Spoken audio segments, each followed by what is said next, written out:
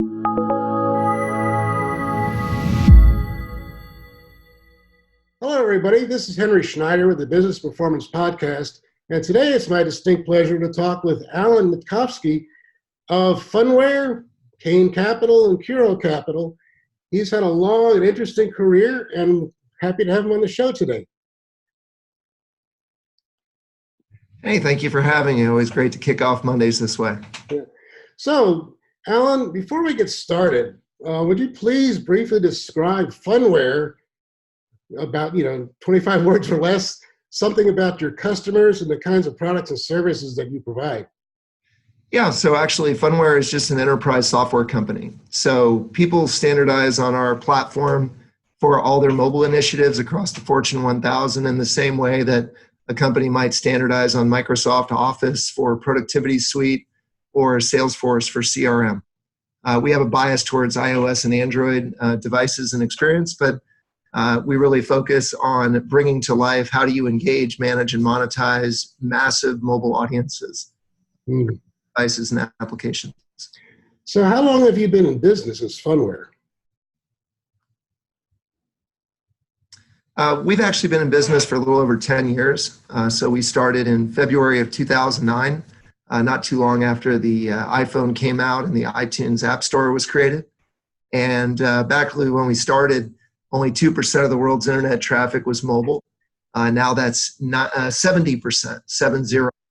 And of that 70% that's mobile, 90% of it are native iOS and Android applications, and only 10% fits into what we see with Safari and Chrome on mobile browsers. Uh-huh. So could you give an example of what you do to engage people on mobile phones? Yeah, so a lot of times what we're doing is we're licensing software to big companies, and they're one of two types of customers. They're either folks that like to build their own applications themselves, and in that case, we license software capability from analytics, content management, marketing automation, location services, advertising, so all the kind of components. So it'd be kind of like you being a baker, and I would license you flour, sugar, water, and vanilla so you make amazing cake. In other cases, for every one of those customers, there's a customer that says, you know what, we're really good at healthcare. We don't really know a lot about mobile or digital, but we know we need a patient experience for our, providing healthcare to our patients. So we'll license them an iOS and Android portfolio under a SaaS business model. Mm-hmm. Their brand and their content, but we kind of put everything together for them so they don't have to figure out, how to be a baker. They just say, like to eat cake. You add some vanilla or frosting, but we don't really know how to build. Why don't you do that for us? Okay. Yeah, I noticed on your LinkedIn profile you had a recent award from Frost & Sullivan. So is that associated with the healthcare? Yeah, and actually that was across our whole platform, but that was a huge honor. Obviously, Frost & Sullivan's a big organization. They can search the globe and find any one potential, award recipient. We're super honored that it was us. We're doing some really, really complicated things to solve, these amazing environments. Most recently, you would have seen it through our Fox applications for the Women's World Cup when the United States obviously won the World Championship. When you get into those environments, you're talking about 10, 20 plus million people simultaneously consuming with $1 billion of advertising and $1 billion of sponsorship on the line. And obviously it can't go wrong. Yeah. And so we actually are really excited when we get to showcase what our platform can do in the most difficult environments on the planet. Cool. So what is the importance of quality to your customers? It's everything. As you say, we were set up to be the entire mobile ecosystem in one company. Out west, Silicon Valley actually tried to create point solutions in our environment. So they would invest in all these companies doing just analytics, or all these companies just doing marketing automation, or all these companies doing location. What we found is that's a horrific solution to mobile.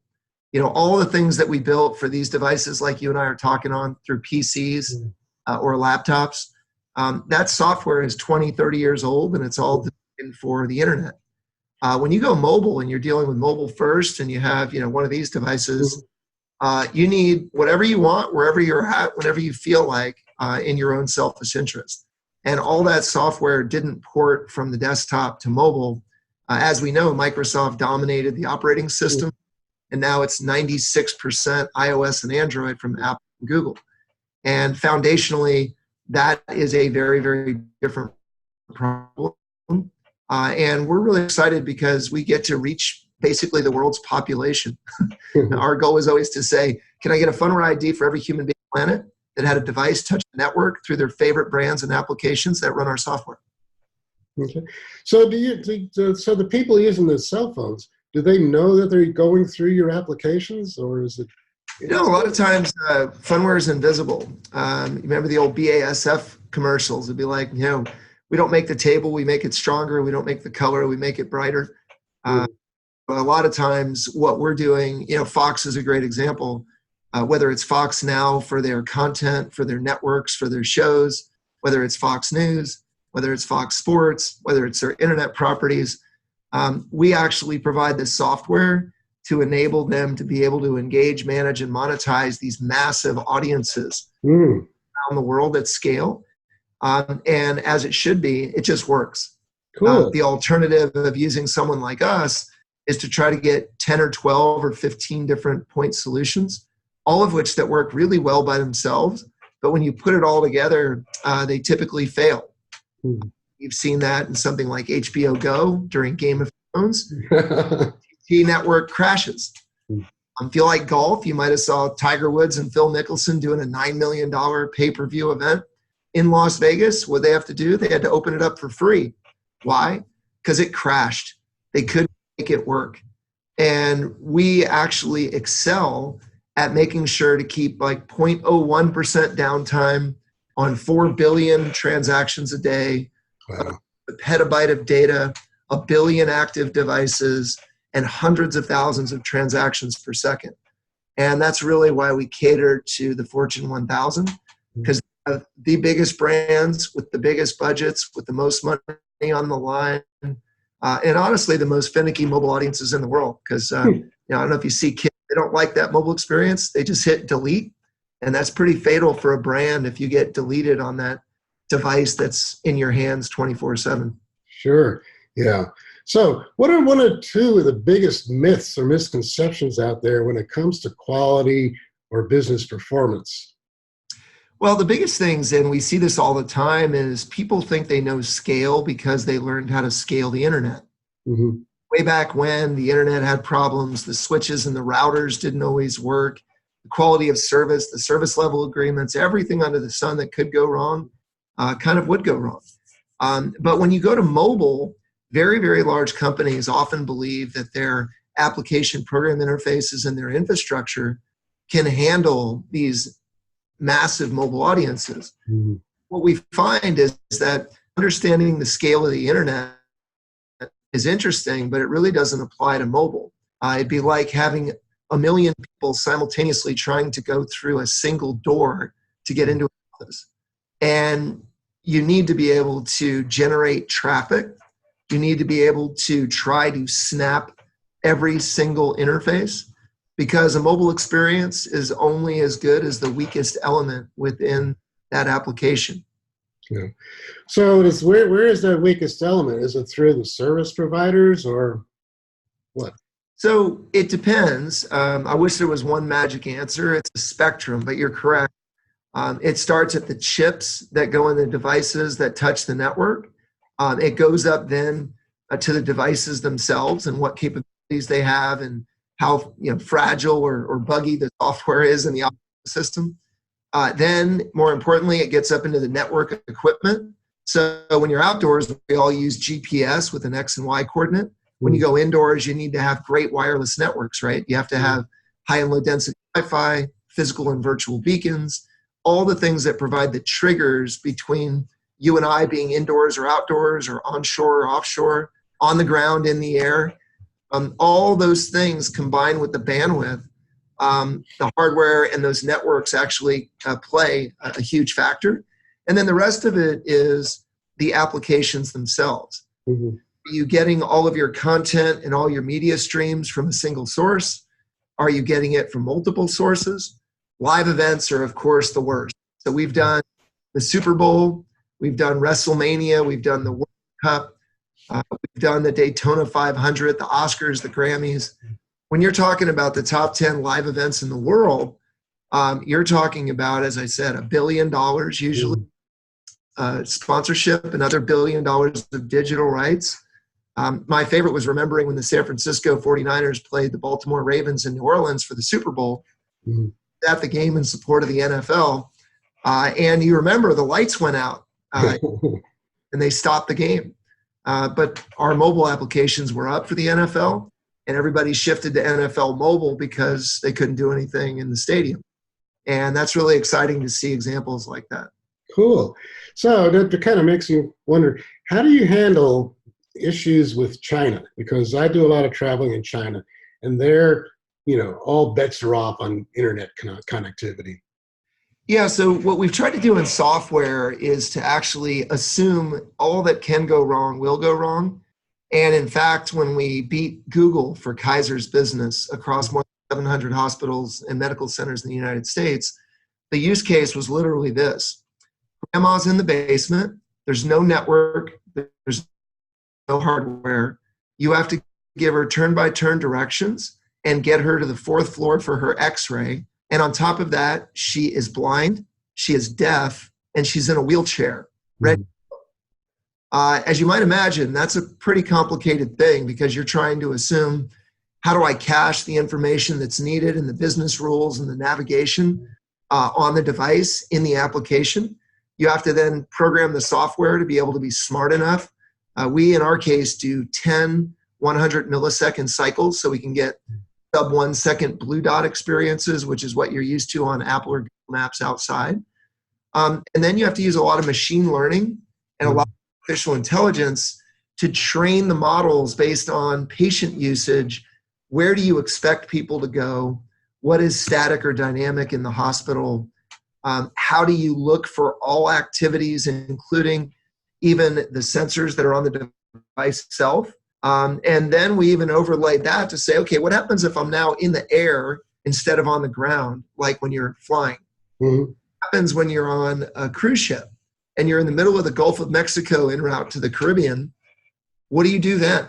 Because you may or may not have a network. Nope.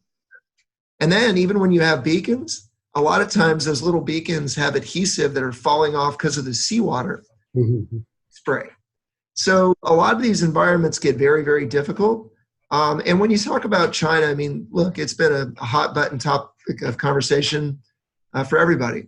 Obviously, President Trump and the administration has had very strong views. You see CEOs come out with strong views. Look, I'm a free market capitalist, and I wish the world's markets were open and fair to all equally. But are we kidding ourselves?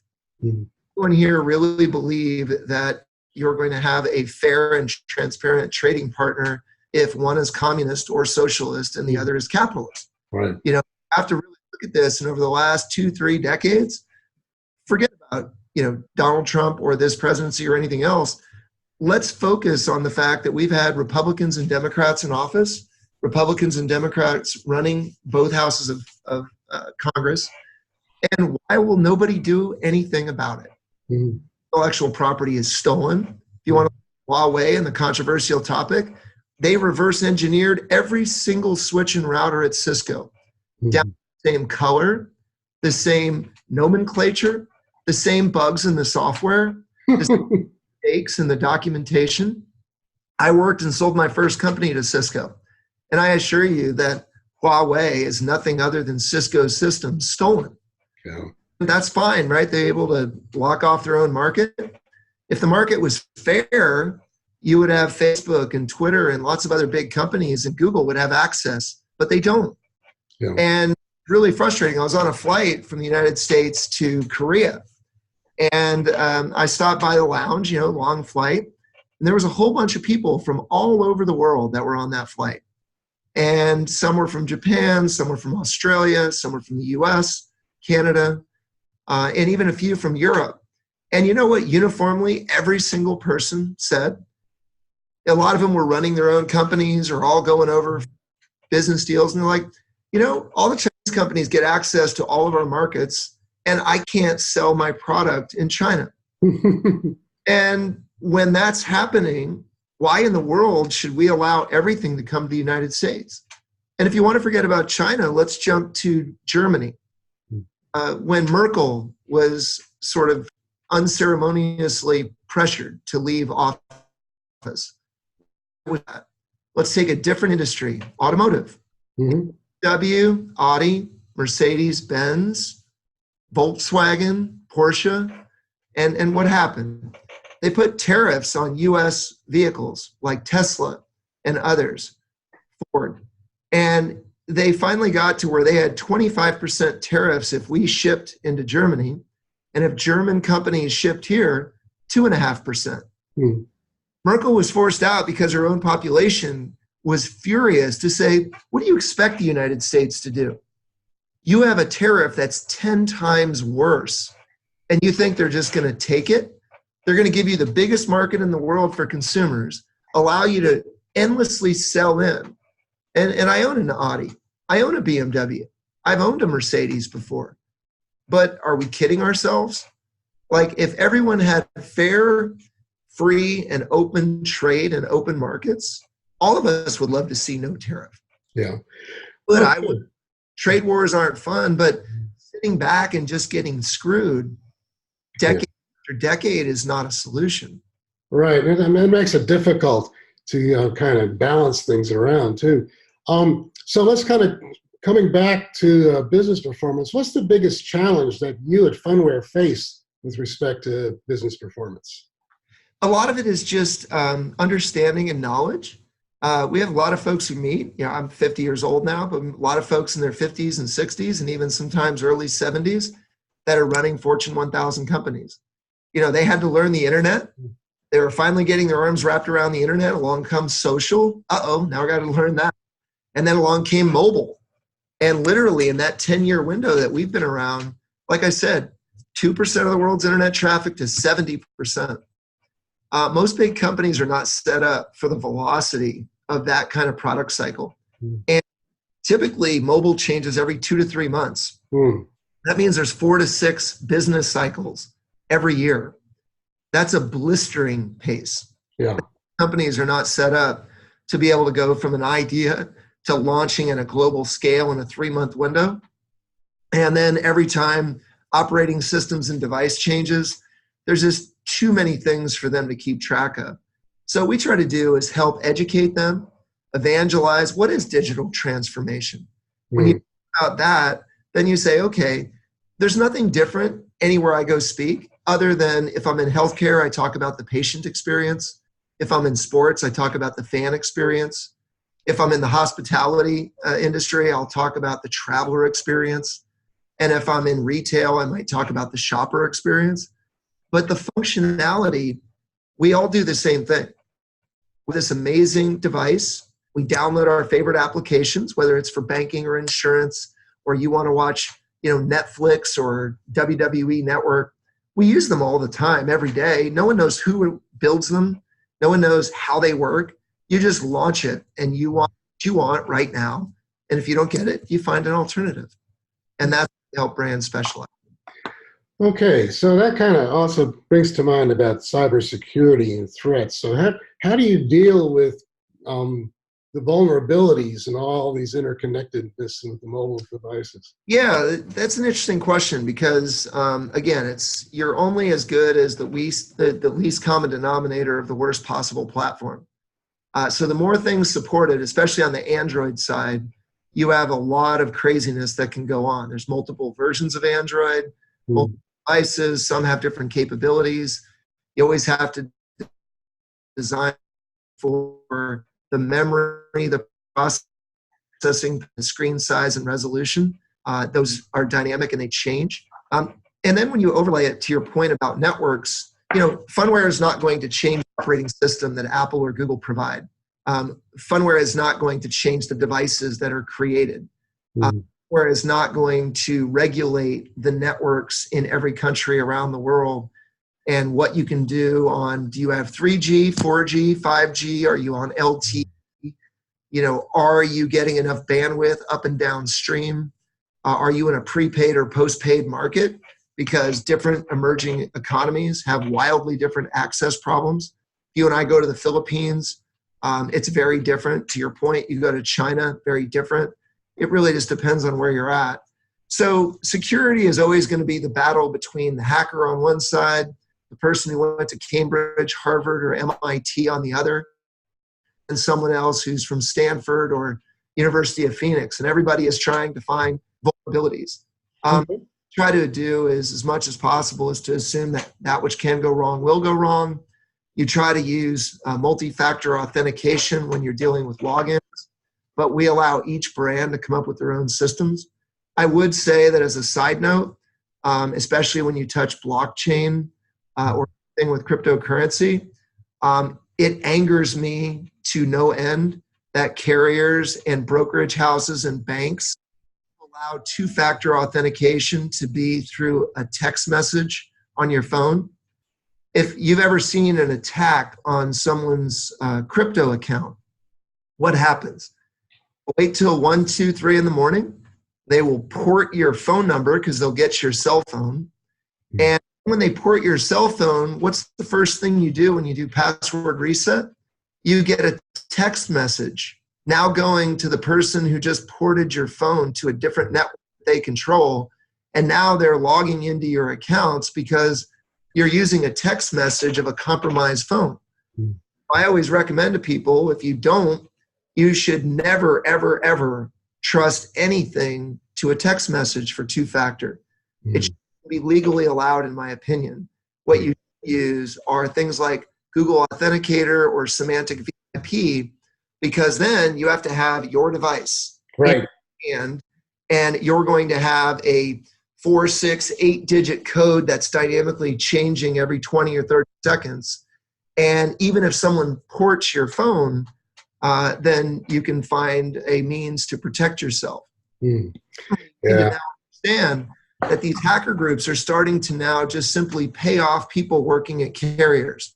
And what they'll do is the person on the inside knows your name, your account information, your security, and they will actually spoof from inside the company access to your devices.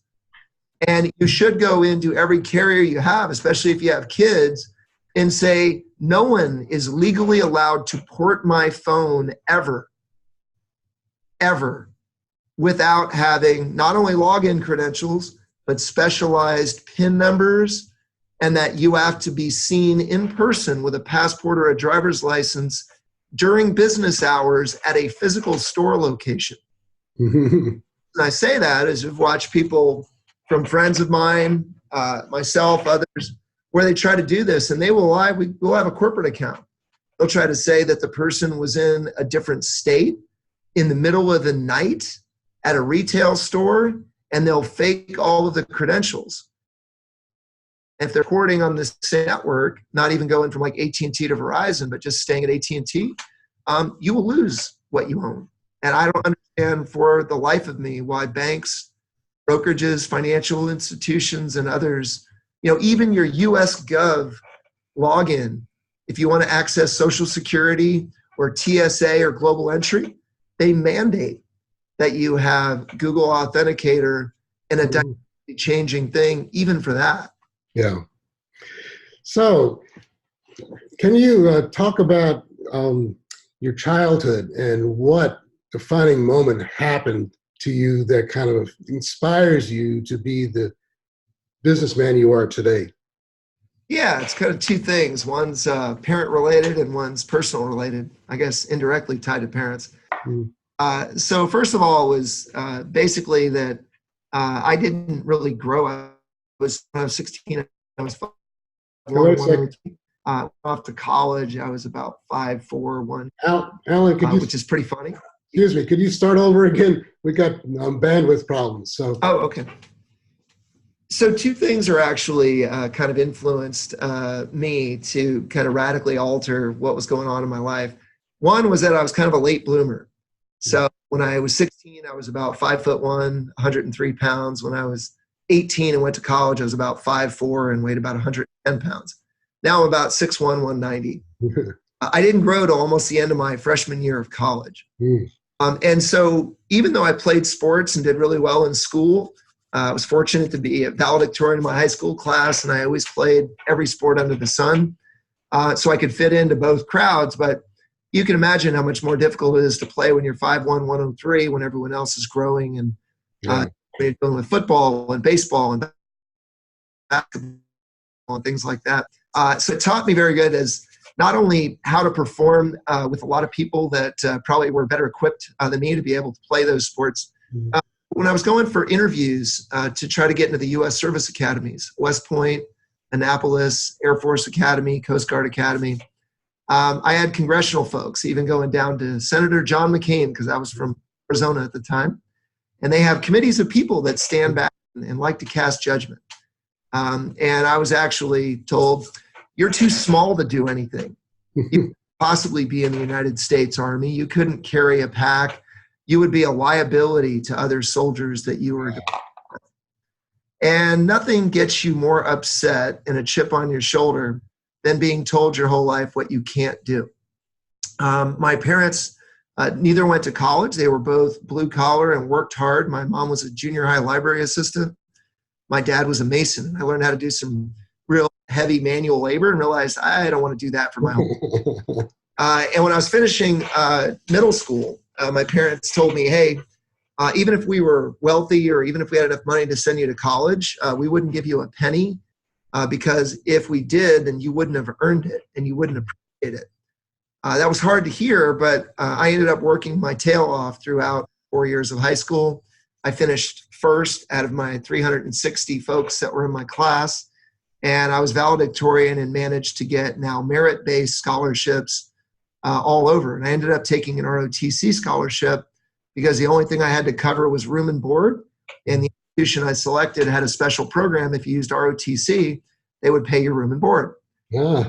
To successfully go to industrial engineering at the University of Miami during the glory days of 87 to 91, and Hurricane football just dominated everyone.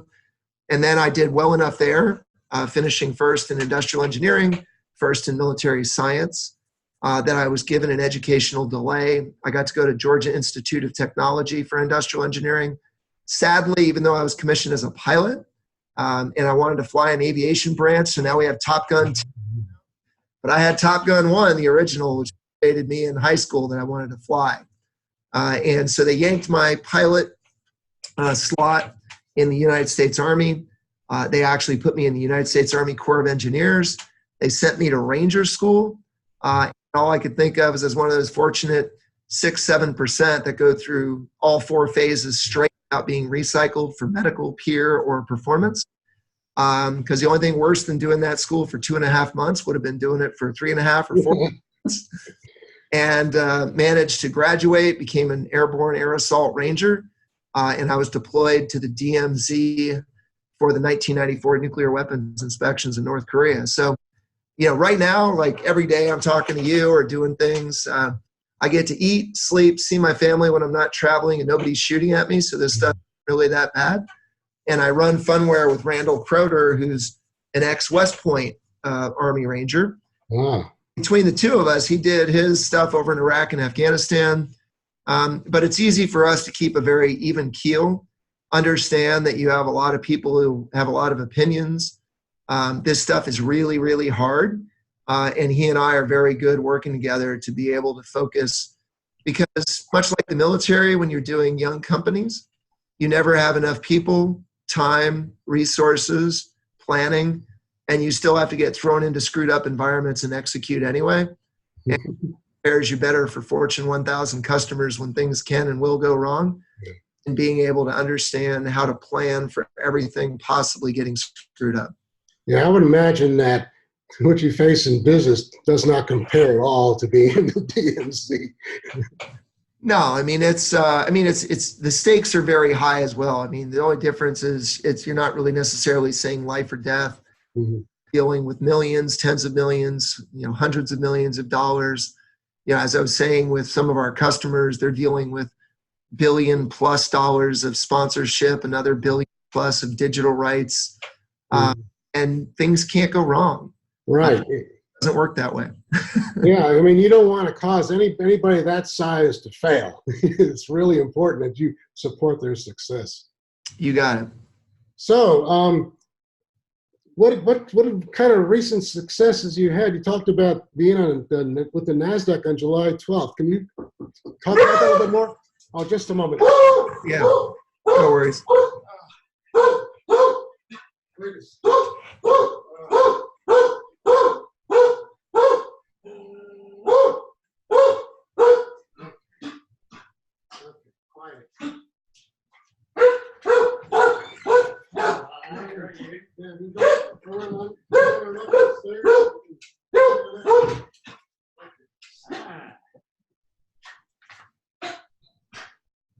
Okay, sorry about that. We had the getting the refrigerator. Yeah, no worries. Okay, so on July 12th, you had an event with NASDAQ. So can you kind of tell us all about that?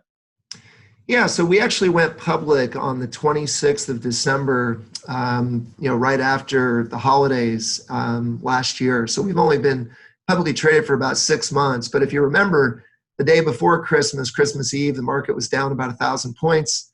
The week prior, the market was off, 400, 600, 800 points. And the markets were just a mess from the middle of November through the end of the year and into January. What was funny is that our effective date from the SEC was granted in the middle of November, right in the middle of all that chaos. So the good news is we got our effective date, we got our deal closed, but between the holidays and the circus of the markets, we didn't really get a chance to do what you always want to do, which is be the one who gets to open NASDAQ or the New York Stock Exchange. And a little known fact is usually it's 12 to 18 months in advance before you can find the ability to reserve opening or closing one of the exchanges. We wanted to open, not close. So we actually kept putting in for seeing who had canceled. And about 2 weeks back, we got notified by NASDAQ that there was an opening for Friday, July 12th. So we actually, flew the team out. You can have up to 50 people. So I took my wife, kids, also our co-founder took his wife and kids, and then we got our whole executive team and some of their significant others, and we went out to NASDAQ. Bizarrely, on the 11th, everyone was really having problems getting to New York City because of the weather, and then the FAA put some flight controls. And so I was stranded in Chicago at midnight.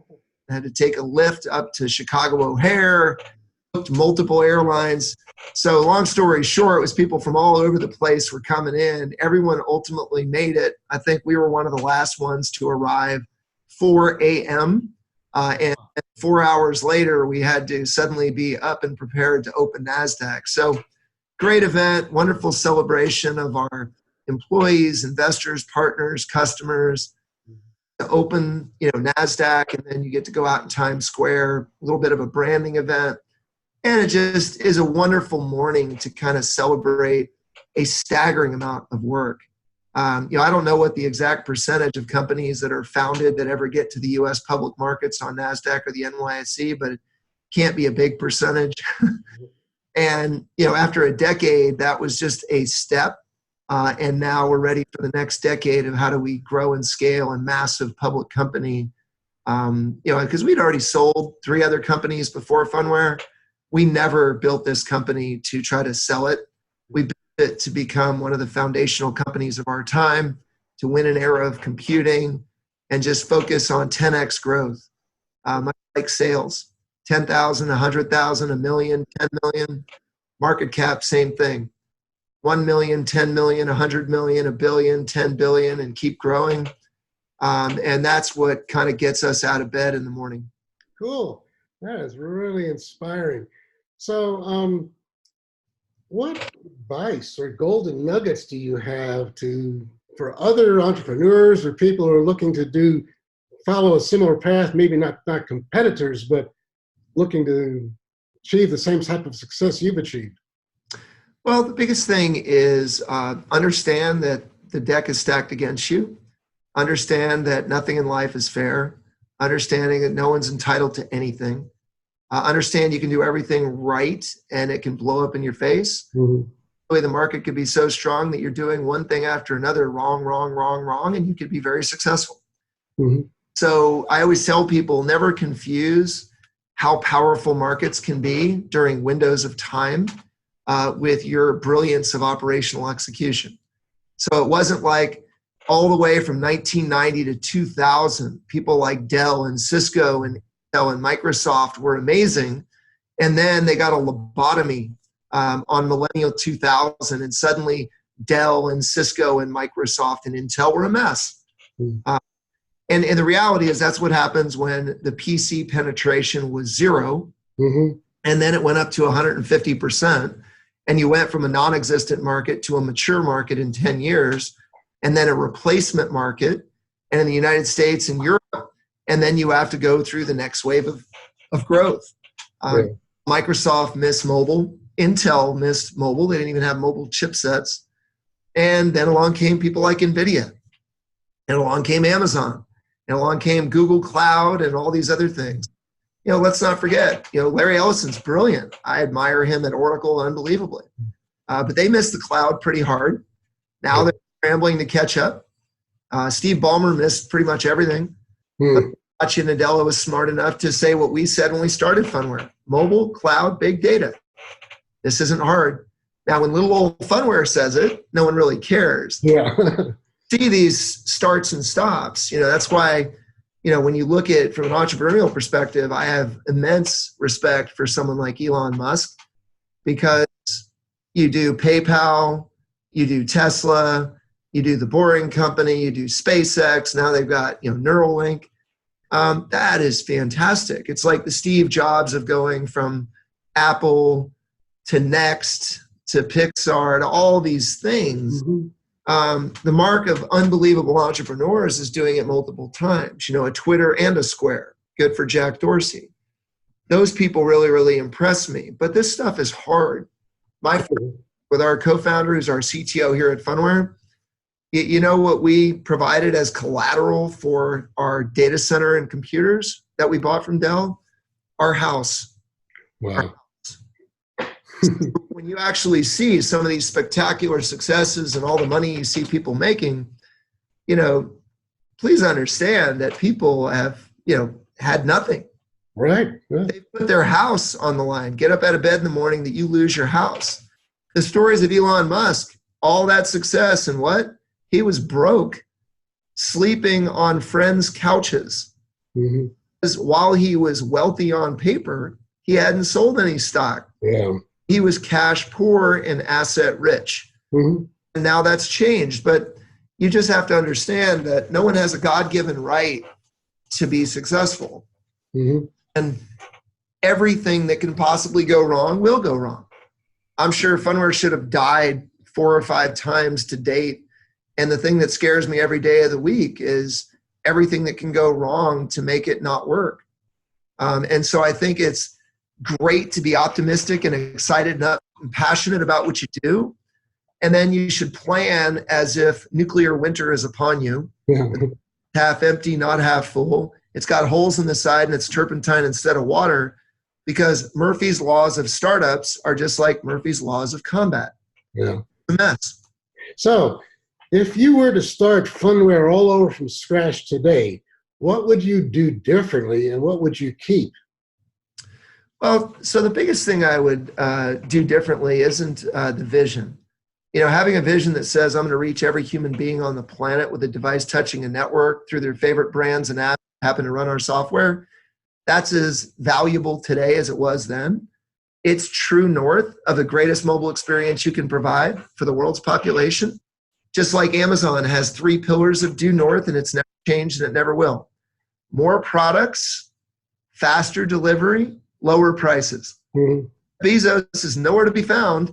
Everyone at Amazon knows more products, faster delivery, lower prices. Because 10, 20, 50 years from now, you and I aren't going to say, you know what, if only I had less choice and higher prices and slower delivery, I'd be better suited. Yeah. All that matters is to find a timeless true north. The biggest thing I would probably do different is probably to push the company even faster into pure platform in terms of software as a service, data as a service. Initially, we started with some services because I didn't feel comfortable that unless we built applications for the world's biggest brands, I didn't feel comfortable that we knew what the platform needed to do to support the kind of scale for those kind of environments. And it's really hard to get people to shift from services to infrastructure, software, and data. The other thing I wish I would have done is to find a way to get our private company board to better understand blockchain even earlier. So we started that education and tried to add that as a platform component. I mean, we're a cloud service. We don't do blockchain. We're not a crypto company, but we did add that capability. And why did we do that? Because years and years and years ago, long before anyone even knew what any of this was, one thing we saw about blockchain that was amazing is why can't brands take $500 billion of media spend every year, predominantly going to the duopoly of untrustworthy intermediaries, which I'll call Facebook and Google, add other folks like Snap and Twitter, but you just blindly spend as a corporation into these environments. You waive all your audit rights. Your brand often gets embarrassed, as we see over and over in public. And all your consumers you depend on to make money are being exploited and harvested for no economic benefit by taking their identity and their personal information and data. Mm-hmm.